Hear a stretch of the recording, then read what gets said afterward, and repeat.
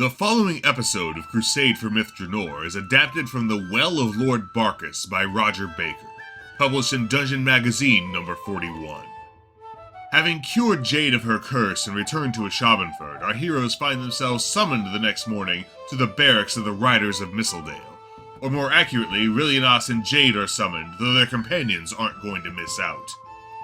They arrive to find Jared Rold sitting behind the desk in the front room, flanked by several townsfolk and a pair of his subordinate riders as the militiamen who'd come to fetch the group station themselves outside the door.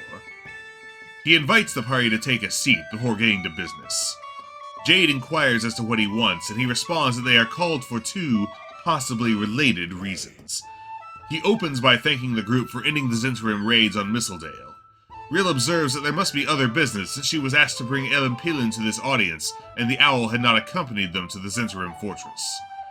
In response to Túrendil's query as to the fate of their prisoners, the sheriff coldly informs them that they were hanged for their crimes. The warpriest voices his approval of this treatment of the slavers. That out of the way, Rold gets to the meat of the matter, informing the group that his office is investigating a string of robberies. Jade affects an innocent expression. The sheriff flatly states that a number of dalesfolk attest to seeing the tabaxi letting herself into their neighbors' homes, causing Rilyanasse to interrupt herself in disbelief as Jade issues a denial, saying she was just looking and removed nothing. Jared Rold acidly observes that were they in Cormier, the penalty for burglary, theft or not, would be a hefty sum of money and months of hard labor, continuing as Jade protests that the dalesfolk are not so kind. Rilyanasse continues sputtering, stunned at this information, as Jade continues to argue over whether or not what she did was actually burglary. Túrendil gives his most elven facepalm. Sheriff Rold puts an end to the debate by declaring that if this business continues, the tabaxi will be either exiled or executed, to the shock of no one save the catfolk. Pressing on, Rilyanasse asks what her owl has to do with any of this, since she was also asked for, as Massul inquires if there's any way this could be resolved. The sheriff tells Ril he will get to her and her owl, as the goings-on are stranger than simple breaking and entering. He first demands that Jade submit to a search for the stolen belongings, as she continues to protest that she did not break, merely checked on things. With a shrug, she approaches the counter and empties her pockets, saucily asking which things he wanted to keep. One of the riders says she must come with them to be searched, not merely empty pockets. The tabaxi refuses to go anywhere with them alone, as Jared Rold specifies the items they're looking for. Túrendil diffuses the standoff by agreeing to accompany Jade during the search. Taken to the cell block in the back of the building, Jade hands over her pack and outerwear as she sarcastically observes that she thinks she'd know if she had those things. Túrendil points out that it's not unreasonable of them to check anyway. After the bag search turns up nothing, they return Jade's belongings, except for her weapons and lockpicks. Meanwhile, back in the office, Jared Rold explains to Rilyanasse that separately, several thefts of businesses' tills in the Dale had been carried out by a giant owl, and while the Tiri Couture trained such beasts, she is the only one in Misseldale known to have one. While Ril protests that elven Paladin is not trained to do such a thing, one of the shopkeepers, one Jarrett Nurth, speaks up, saying that Ilum is not the owl who stole his coin. The sheriff leans back in his chair. Interesting. He then calls for his guards to bring Jade and Túrendil back in. Jade thanks Túrendil for accompanying her for the search, to which the elf responds that she is welcome, but he could not have saved her if the items had been found. Sheriff Rold then makes his proposition. He will look the other way this one time if the group can find the thief, but makes clear that this is a one-time offer, and Jade will not get away with wandering into houses uninvited in the future, adding that the Dales have enough problems without reckless adventurers adding to them. Ril and Jade quickly accept, while Túrendil observes that a thief who can train a giant owl is one Jade might want her weapons back to pursue. The sheriff immediately agrees. Leaving the riders' barracks, the party sets about investigating the crime spree. Jade splits off from the group to try, and fail, to make contact with what passes for Ashabenford's underworld, but notices quickly that no matter where she goes, she seems to see the same two riders of Misseldale not far behind. Rilyanasse interviews the town's shopkeepers in the company of Massul, who doesn't care for Jade's plan of casing the underworld. Túrendil, for his part, finds a table at the White Hart, and composes a letter to Kiliar Arrowswift of the Túrendil, who the party had rescued from the Ettercap in the Grove of Calcansindra, asking if he knows of any renegade owl trainers. This done, he goes to hire a messenger willing to run his letter on the next boat down the Ashaba towards Simberhold. The first establishment robbed by the mysterious owl is the Green Apple, the dwarf-run tavern that Massul frequents. The berserker gets a drink while Rilyanasse interviews the tavern keep. As soon as the elf steps in the door with her owl, though, the bartender yells that she can't have that beast in here. Ril offers to have Elven wait outside, answered only by a harumph from the dwarf behind the bar. The owl successfully commanded to stay. Ril begins her interview. The bartender describes the owl that robbed the till as brown and merely particularly large for a normal owl, not the size of Ril's riding owl. Finishing with the Green Apple, Rilyanasse takes her investigation next to Jarrett's Sundries, where the proprietor tells her that the owl made a right mess of the place, scattered goods in the till everywhere before making off with coins. He again describes it as big, but not as big as Elven. On Ril's prompting, he further recalls that the wind seemed to blow the door open to admit the bird. Just then, Massul notices a coin on the floor scooted up under the counter, where someone standing at the counter wouldn't see it. Stooping down to pick up the coin, he immediately notices that it's covered in a green patina. He surmises that this coin must have spent years, at least, in mineral-heavy water. Upon seeing it, Jarrett Nurth immediately recognizes it as one of the coins the owl nicked. Massul observes that it's odd that the coin is so corroded, and asks if he had any others like it. Jarrett answers in the affirmative, saying an out-of-towner had come in with pockets full and spent them freely, as well as pawning various possessions. He tells Ril that this was a 10-day at least before the owl came. Massul, wishing to keep the evidence, trades the shopkeeper a silver coin in exchange for the corroded one from the floor. The dwarf further asks if Jarrett had caught this fellow's name, to be answered that he gave the name Marlinus, adding that while no one saw him leave, he hadn't been seen for a few days, joking that he may still be sleeping off a hangover. Before leaving, Massul asks if Jarrett still has anything the stranger had pawned, and pays him a nominal price for what he has left, a rusted dagger and badly corroded bronze helm. The final victim of owl-based larceny is Steril's provisioning. The proprietor, Ben Steril, tells Ril he gave that damn owl what for, upon her inquiry. He elaborates that he had a feeling upon hearing about the other break-ins, and was ready with his club when the wind blew the door open, corroborating what Jarrett Nurth had said about the owl's entrance.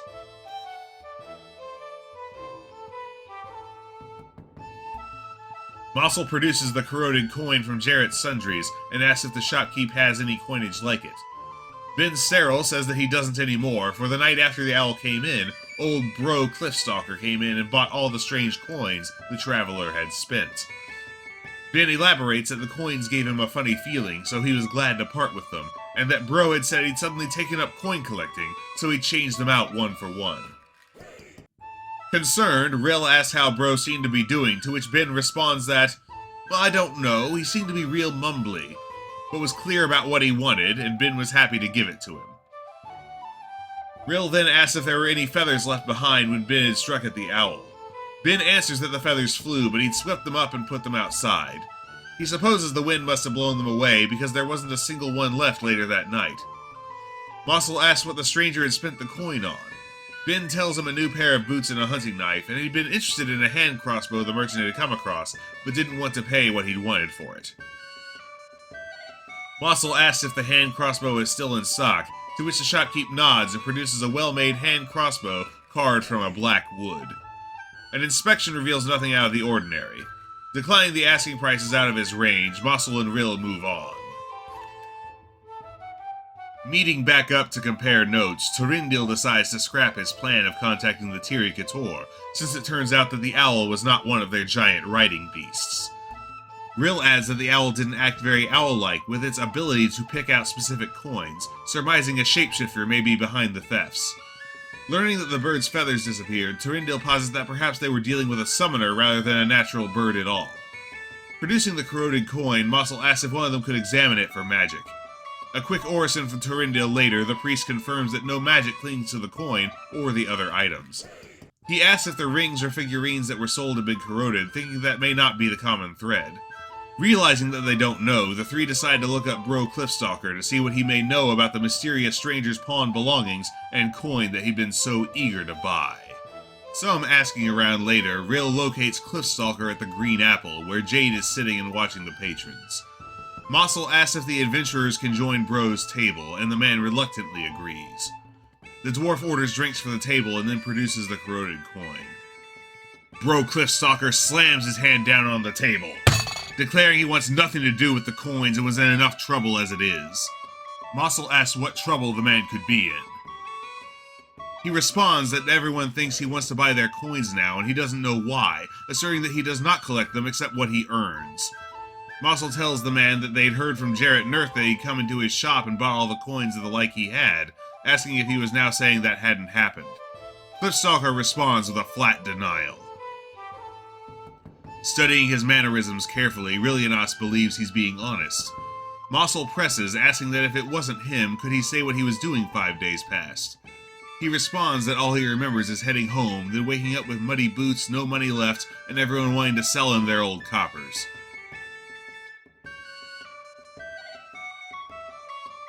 Massul asks if he had been drinking at the Green Apple that night, which he acknowledges, narrowing his eyes. Massul tells the man that he's concerned that, based on what he says, magic was used to compel him, and the party wants to get to the bottom of it.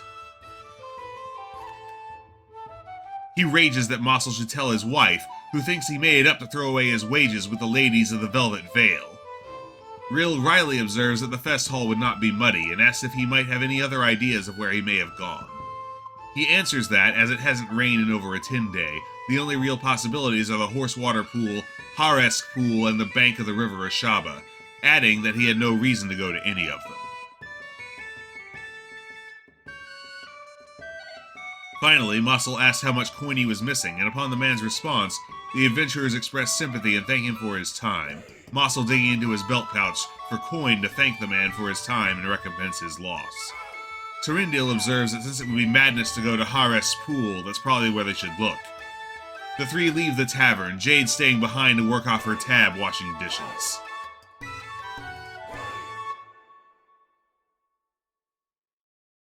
On the walk to the pool, Rilyanasse recounts that it's a fish pond rumored to house the buried treasure of a bandit lord, though it had been dredged before and none ever found. Arriving there, Túrendil searches the bank closest to the road for tracks, finding many as this is a popular fishing spot. The elves begin working their way clockwise along the shoreline looking for anything amiss, while Massul does the same in the other direction. On the southeast corner of the pool, the elves think they see something in the muddy water. Túrendil calls out to Rill, asking if she has the 10-foot pole handy. Probing the water finds the pole thumping against a solid object, likely made of wood. As they're investigating the find, Massul approaches, having apparently abandoned his sweep around the other side. Túrendil asks if he's found anything. He responds with a simple no, uncharacteristic of the typically verbose dwarf. Shrugging it off, Túrendil steps out into the pond to try to get the object they had discovered. Sensing something amiss where her childhood friend did not, Rill asks Massul if he's alright as the dwarf gives a similarly terse, "let me help," and wades out into the pool toward the struggling elf.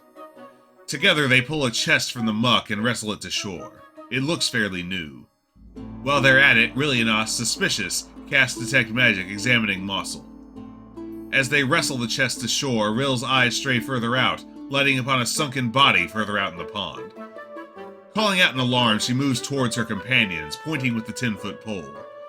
Túrendil calls out to the villager fishing on the pond's dock, calling to fetch the riders. Looking confused, the villager sketches a salute and runs off toward the barracks. Massul advocates not disturbing the body in the same accentless monotone, surprising Túrendil, who asks him why not.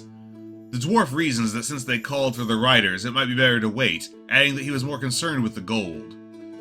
Rill observes that that's unlike him, but they open the chest anyway.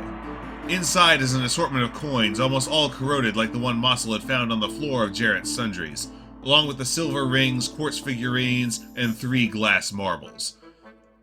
Túrendil observes that they seem to have the missing goods. Massul promptly drops the rusty dagger and bronze helm into the chest. Túrendil, puzzled, asks why he's doing that. The dwarf responds that they belong there, as he pulls out the coin and drops it in as well. Túrendil asks why they belong there, asking what happens after they put them in there when the dwarf answers, "They just do." In reply, Massul says that's a good question and suggests dropping them in a nearby well for safekeeping. Túrendil dryly counters that dumping a muddy object down the town well probably doesn't do much for water quality, wondering what his companion is getting at. As Massul says it isn't the town's well, Rill chooses to break in, asking which well he means, as she didn't know he knew Ashabenford so well, intimating about her suspicions, signing to Túrendil that she thinks something is wrong as Massul issues a flat denial that there are any ghostly happenings. Túrendil jokes that if they hide the take down the well, Massul won't be able to spend it on booze, as he cottons to what Rilyanasse is driving at. As Massul turns toward the warpriest and asserts that they'll go back and get it soon enough, Rill suddenly invokes a ward against evil and lunges to place it upon the dwarf. As she does, a spectral form is ejected from his body. I did not quite mean for that to be so literal, Túrendil drops the chest and steps back, wishing he'd worn his armor as Massul, freed of possession, cries out as it lands on his toe. "Oh, my toe!" As the ghost rises up over the adventurers, Rill asks if it will talk to them. The ghost answers affirmatively if they will listen. Rill counters that she's happy to listen as long as the ghost stays out of her friends, which it flatly refuses to promise unless they agree to aid it. Massul, meanwhile, comes out of the water spluttering, trying to figure out what just happened. Rill points out that they cannot know how to aid it if it does not tell them, and reiterates her demand. Just then, a pair of riders of Misseldale approach. Seeing the ghost, the leader of the patrol invokes the light of Lathander and yells to fetch Dawnbringer Durney as they ride away in terror, putting a distinct timer on the discussion. The ghost rejoins that they'll have trouble getting rid of him as he's stuck this way now. Stuck? Why? What has happened? The ghost begins his story, saying that between here and Cormyr is a well, constructed in memory of a good soldier by his lord. He continues saying the Wishing Well is a place of magic and travelers make offerings there. The well blesses those with generous hearts, but the ghost says in his greed he stole its contents and was cursed with the most ill fortune. Ultimately, the curse of the well drowned him, turning him into the specter the party sees now, tormented by his inability to right his life's wrongs. Hearing this tale, Rill says that, should the others agree, she is willing to help, provided the ghosts stick around a short while to clarify the nature of the thefts, to clear the names of Jade and Elimpilin. The ghost swiftly agrees. Massul chimes in to ask, "Were you the one by chance that was taking these items from the people and selling them as well?" The ghost affirms Massul's suspicions. Massul further asks how long ago the ghost died, to which it answers a torturous few days past. The ghost notes that he can speak to the riders, but cannot travel far from the pond.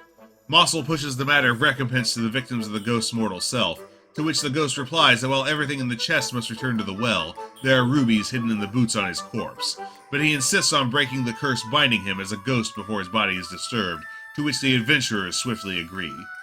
The ghost dissipates, and they set out on the road toward Cormyr as soon as they can, after explaining matters to the Dawnbringer, advising that disturbing the corpse before their return would be unwise. After a few days' uneventful travel, the adventurers arrive at the Well of Lord Barcus. Túrendil is the first to approach the shrine, noting that the grass inside the stone fence is well cared for. The inscription on the shrine reads, "Built by Talus of Orange, Conjurer, Captain of the Orange Legion, in memory of his friend Lord Barcus, who fell defending this pass from the barbarian tribes. The day was won, but the cost was great. Drink and be refreshed, give and be rewarded." Rill observes that this seems like the one, to which Massul concurs. The adventurers approach the well and heave the contents of the chest into its depths, where they land with a satisfying sploosh. Massul, Rill, and Jade all notice writing on the backside of the well ring, a poem rendered crudely in charcoal. Many a traveler will often tell of the luck they found at the Wishing Well. A coin over your shoulder is all you need. To your left, to your right, pay no heed. The point is to give, for the gift is the key, and luck will find you wherever you be. But a warning for all who might think to take. Resist, do not, for much is at stake. To steal from the well is a quick road to wealth, that few survive to enjoy in good health. Reading this, Massul promptly pulls out a silver coin of his own and throws it in the well, commending the souls of the departed as he does. Túrendil and Rilyanasse do likewise, while Jade, perhaps feeling a bit of guilt, throws 4 platinum coins into the well. All 4 feel warm after doing so, and the blessings of the well begin to manifest. Massul feels younger, as though a couple of years had fallen away, though this is a smaller matter to a dwarf than it would be to the humans who made this well. Túrendil finds himself blessed appropriately for a follower of the Seldarine, the knowledge and skill to play the harp imparted to his mind. Jade is blessed with speed, finding herself moving ever so slightly faster.